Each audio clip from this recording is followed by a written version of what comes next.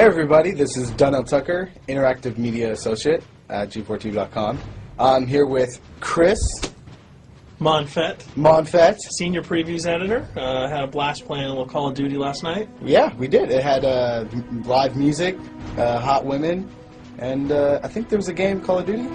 Yeah, I wasn't even paying attention to that. Yeah, I was paying attention to the pencil skirts and nerd glasses, but I was looking at the lights. When I wasn't doing that, I was blasting fools in deathmatch, team deathmatch, and a couple cool new wager matches, which we'll talk about later on. But first, we're going to sort of dig into some of the perks, skills, emblems, attachments, etc. Yes, so let's dive in.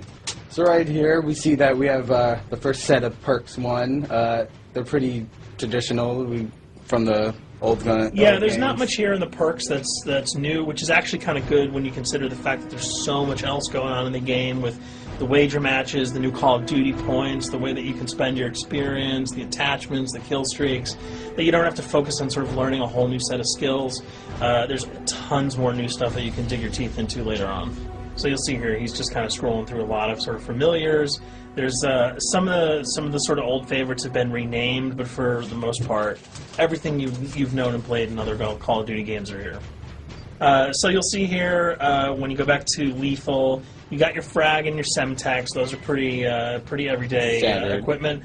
But we've also got Tomahawk, which is sort of totally new. It's sort of like a next-gen version of the knife. It's throwable, super fast to use, and it can take a dude out in one hit if you get him in the right spots. And to use it, I believe you use the right bumper. Yeah, all offensive weapons are mapped to the right bumper, and strategic weapons are now mapped to the left bumper. Okay, and pretty much the only time I used it was in Sticks and Stones in the wager match. Yeah, there's a great new wager match called Sticks and Stones, which sort of equips you with 2 weapons and a tomahawk. When you kill with the weapons, you get points. When you kill someone with a tomahawk, you basically bankrupt all their wealth. So it's really good for strategizing your way through those levels. So you'll see here, Wily Pete, Nova Gash, Flashbang, Concussion, all those are pretty standard until you get to Decoy. Decoy is I think is going to really open up some strategy here. Essentially, you can throw out a decoy, and it's going to sort of fake your opponents into thinking that there's gunplay going on somewhere in the map. So if you sort of want to redirect where these guys are going, sort of turn them around, have them come to you so that you can do an ambush, you just sort of lob your decoy over. If they're not going to want to run in a gunfire, they'll turn around, hopefully right into your muzzle. That's something I probably want to try out a couple of times. See if they actually go with the bait. Yeah, people just run. It'll really sort of test how reactive people are to running into firefights, because some people are just super aggressive and they're going to run towards those red dots rather than away from them. And it'll really sort of test your ability to be strategic about when and where you use them. Now, here's something new. It's called the camera spike. Ah, yes. It's sort of super useful. I used this a bunch yesterday. You plant it down, and it basically takes over your mini-map with a sort of picture-in-picture window of wherever you planted your camera. So if you want to know if people are running through a certain alleyway, coming around a corner, if you're hiding somewhere and you just want to cover your back, you can plant a camera right behind you.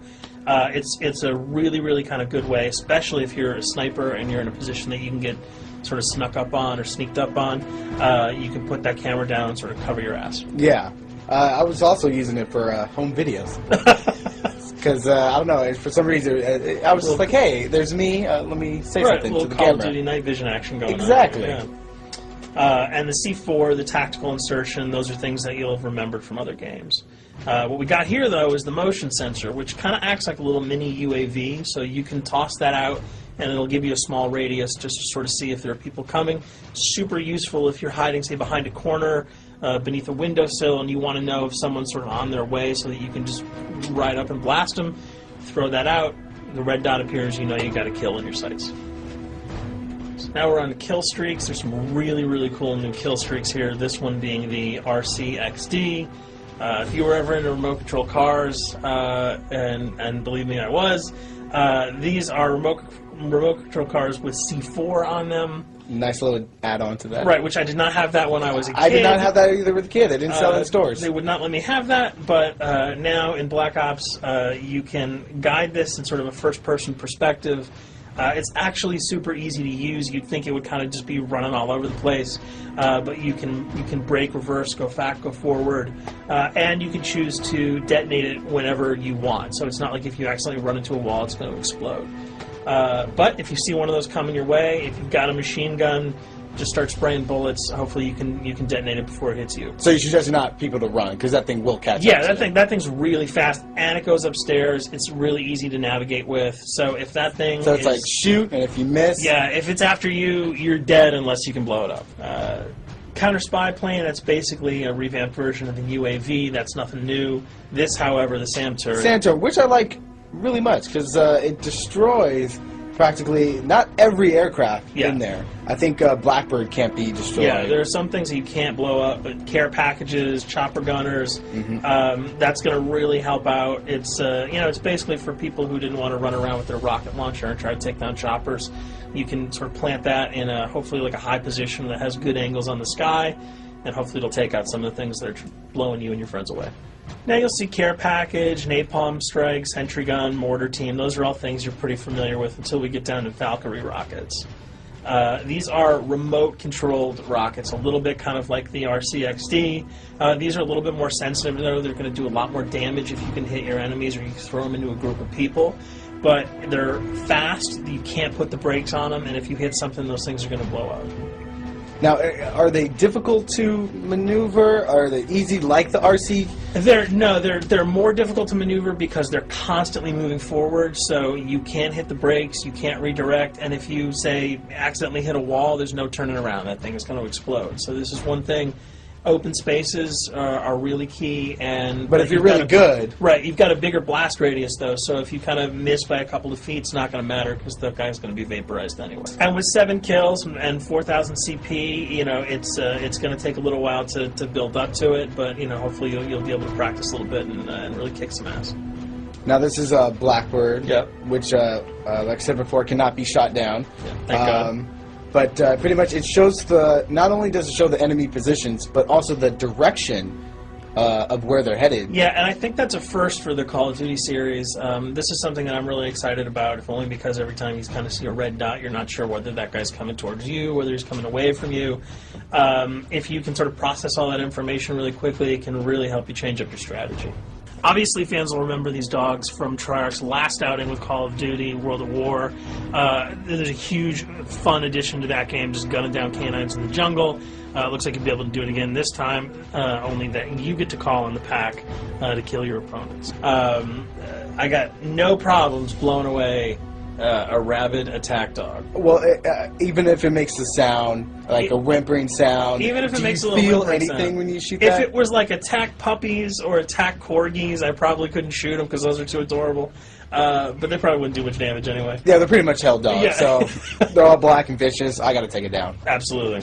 This time the chopper is completely pilotable. You'll be able to jump in, fly around, machine gun dudes on the ground. If you've seen any of the single-player demo, you'll have a sense of what it's like to jump in the chopper, at least in the single-player mode, and blow up some bridges, stuff like that. Unfortunately, the buildings in multiplayer are not destructible, so your missiles will just be tearing up people, not places, but it'll still be a lot of fun to get in there and blow some stuff up. And here we're just kind of going through the custom loadouts. This is, pretty standard stuff for Call of Duty. And here we come to something that's really not standard. This is a totally new feature that if you were one of those players who just sort of found yourself really bored, kind of yawning with the same old emblems over and over again, you can create your own here. Yeah, and not all of them are already there at your disposal to create. You can purchase most of these with your COD points, but some of them are unlockable. So as you go throughout the game, you sort of get achievements or sort of mini challenges. You're going to unlock these. As you come up in levels, you're going to unlock more, and eventually you can unlock over 300, about 304 that are on this menu. And you'll see they're pretty simple. They're numbers, quick lightning bolts, people, figures. You see swords, crests, shields. All of these you can manipulate, you can edit, you can change the color, and we're going to see that in just a bit. So we pick a little, I guess you could say, a person? Yeah, kind of Mad Men meets Reservoir Dogs that we're about to manipulate here. First, we're cycling through, trying to find a suitable weapon. Maybe a soft drink, probably not. So let's go for the sword. Yeah, it's the sword. That's a good little attachment. And you'll notice that he bought that with some of his COD points that he earned playing some of the wager matches. All obvious jokes aside about the positioning of the sword here, you can see that he can position it in the guy's hand. You can select up to 12 layers here. That's a lot. That's a lot to imagine create. what you can do. And you don't see it here, but you can zoom in, you can zoom out. So if you wanted to sort of just have the head and the hand here, you could pull that guy to the bottom of the frame and zoom him in.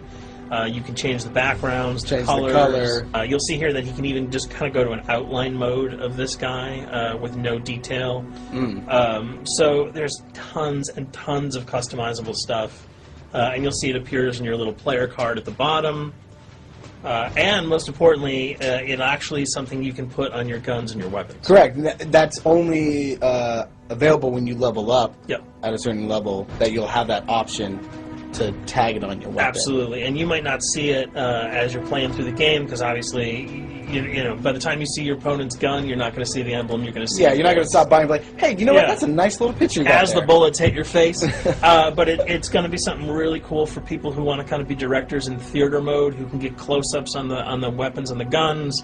And you'll just kind of know that you have it all the time, that weapon is your weapon. Well, there you have it. A few little things for you to know.